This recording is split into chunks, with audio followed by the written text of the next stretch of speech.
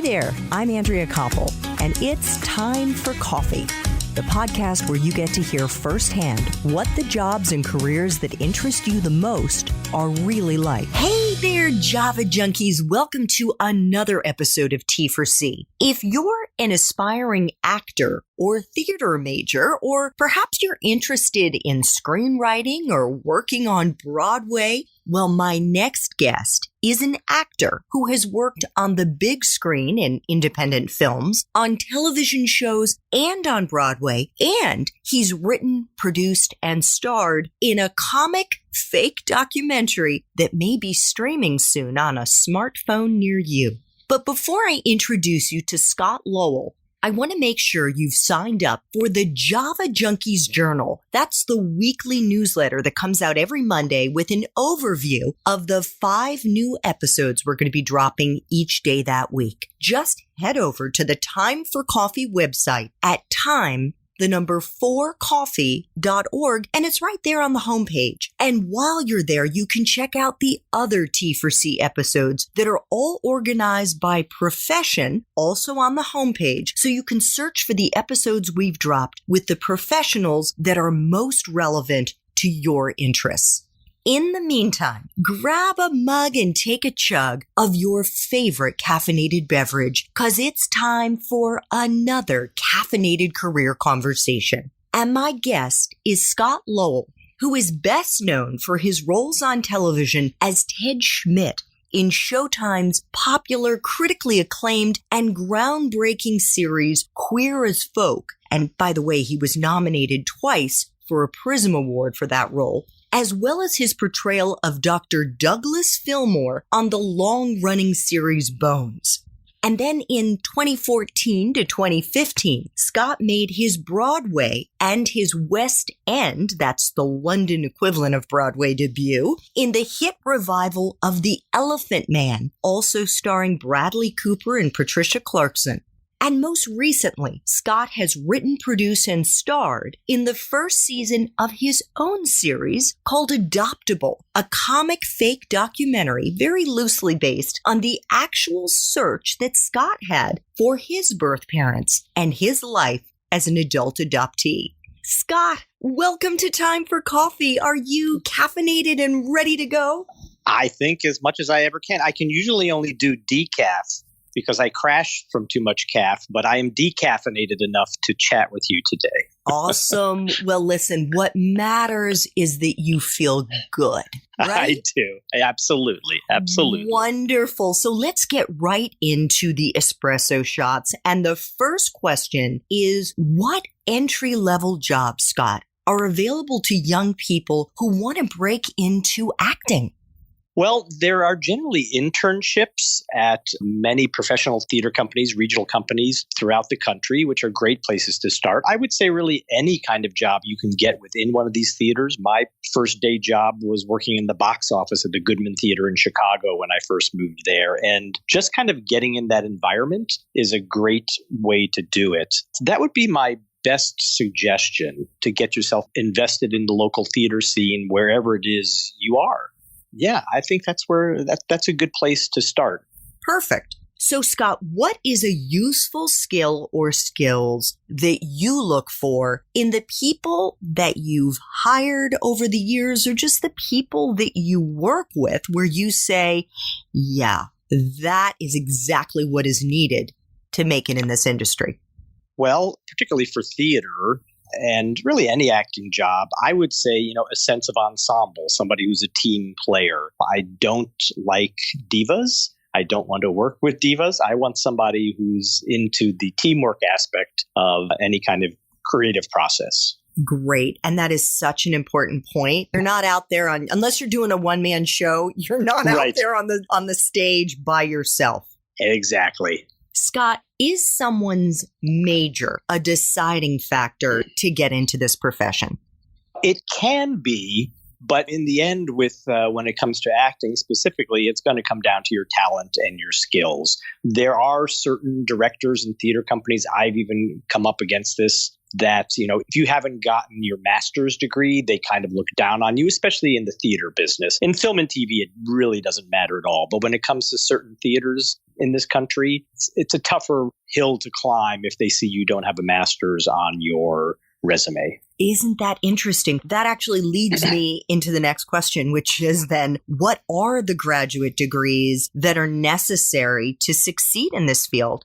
Well, and again, I should temper it a little by saying, eventually, if you're really talented and great, it's not going to matter. I'm just saying there can be a certain snobbery in theater. And for me, for instance, my decision was to not go to graduate school. I learned better by doing, and I moved to Chicago after finishing college. And my 11 years there just doing theater, show after show, that was kind of my graduate school. So there are many options to it. But if you are looking for a master's program, I mean, an MFA in acting is your best bet. And I would look at the schools out there that have what I call a good mafia for when you graduate. So you have alumna who kind of take care of fellow alumna of their MFA programs like Yale or NYU, Carnegie Mellon, places like that. It can give you a little bit of a leg up when you move to a new city. Yeah, absolutely. That is such great advice. Thank you for that. Scott, what kind of life experiences, and you've already alluded to your time in Chicago, do you think are most useful for someone starting out in this field? My personal opinion is, to get a great liberal arts education, and to kind of continue that kind of curiosity throughout your life. I know some undergraduate programs are very conservatory based and you're not getting as much of the liberal arts education. For me, I think that limits you a little bit as an actor. You need to have a great worldview and you need to be able to understand a number of things. If your focus is entirely just on acting for your educational experience, I find there's a certain shallowness, I think, to some actors if they don't have that curiosity to look elsewhere. Great. Scott, what for you is the best part of being in this profession? Oh, the work, getting to do the work, and I have, I've been fortunate to be paid a lot of money to act, and I have volunteered on friends' projects making no money, and I enjoy them all equally. It's truly just to work is great, and to create and to be around other creative people. It's just very exciting. It's very intoxicating. So when you actually get to do it, everything that comes before it can be a bit of a pain, but when you get to actually do the work, that's the best part. So that leads me to my next question, which is, what is the part of your current job that sucks the most?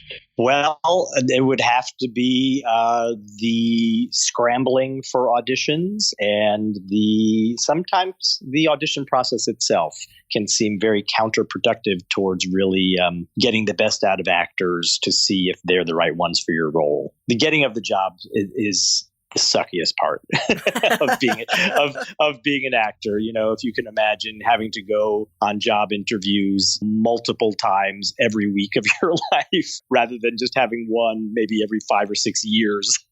That's what it is. It's really it's a challenge to kind of get through and deal with the amount of rejection you're going to just to play the numbers game to get cast and things. It's the suckiest part. I was just going to say, I recently interviewed a former Broadway actress who is now a CEO of an online meditation class that's called Ziva Meditation. And she was saying, if you can think about it as being you're rejected 99% of the time, yes. Is that your experience too? You have to kind of thicken your skin for all of those rejections. Yes, you do. And you have to also realize that the only thing you have control over is going in, being prepared, and doing the best job you can. Because in the end, a lot of times it's going to come down to your nose is too big, or your ears look funny, or something that you have absolutely no control over that, whoever is viewing you or judging you is going to be prejudiced about. So you can't control that. And you just have to be able to, if you can walk out feeling like,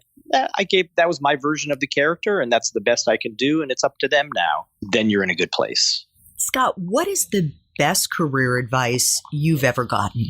The best career advice I've ever gotten is to just stay with it if it's truly what you believe you're here to do. And if you can see yourself doing anything else, then go do it. Oh, really? It's because it's that hard. It's that hard. It's very challenging. And there's just the constant ups and downs and living your life in a way that's completely unstable. And, I come from a family that's more in the medical profession. And I know my brother, who's a transplant surgeon, he looks at me and has such admiration. And as I even said, there's no way I live my life the way you do, that's just too stressful and too challenging. And this is from a transplant surgeon. He thinks my life is too stressful. Wow. So you really, there has to be a little bit of insanity to you that you really cannot see yourself doing anything else here on this planet, and that you have this desire that's so strong on you to tell stories and to share stories that it can help you get through the toughest of times and just remind yourself, all right, this is just a stage but this is what I'm supposed to be doing.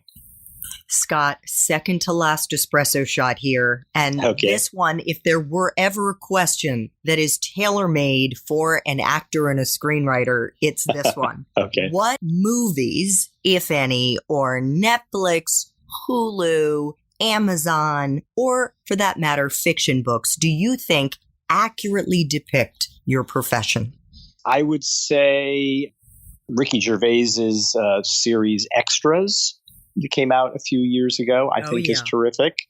There was an old picture that Christopher Guest, I believe, directed called The Big Picture. I'm blanking on the name of it now. That was kind of a great Hollywood story. Boy, other than that... What was that movie? The Short or Shortcuts or Short? Oh, Shortcuts. Yeah, I mean, that's a terrific one as well, but that one goes into such extreme places of murder and things like that. I mean, it certainly captures certain aspects of the business, but yeah, I haven't experienced any murder yet. Well, let's hope you don't. In my time in the career. There's a wonderful book by Iris Murdoch called The Sea, SEA. That's kind of about an actor kind of in retirement looking back on his life that has a lot of great truths in it. That's good. Yeah, That's more than enough. Thank you. Okay, you're welcome. Final espresso shot, Scott. Yes. What would Java junkies be surprised to learn about this profession? I think they would be surprised to learn that the monetary rewards for it are not as great as they probably suppose they are. That the ability to maintain a comfortable lifestyle is a constant challenge for most actors, that it's a very middle class existence at best for most working actors. That is such a great insight to have, because it's a reality check for sure. Exactly.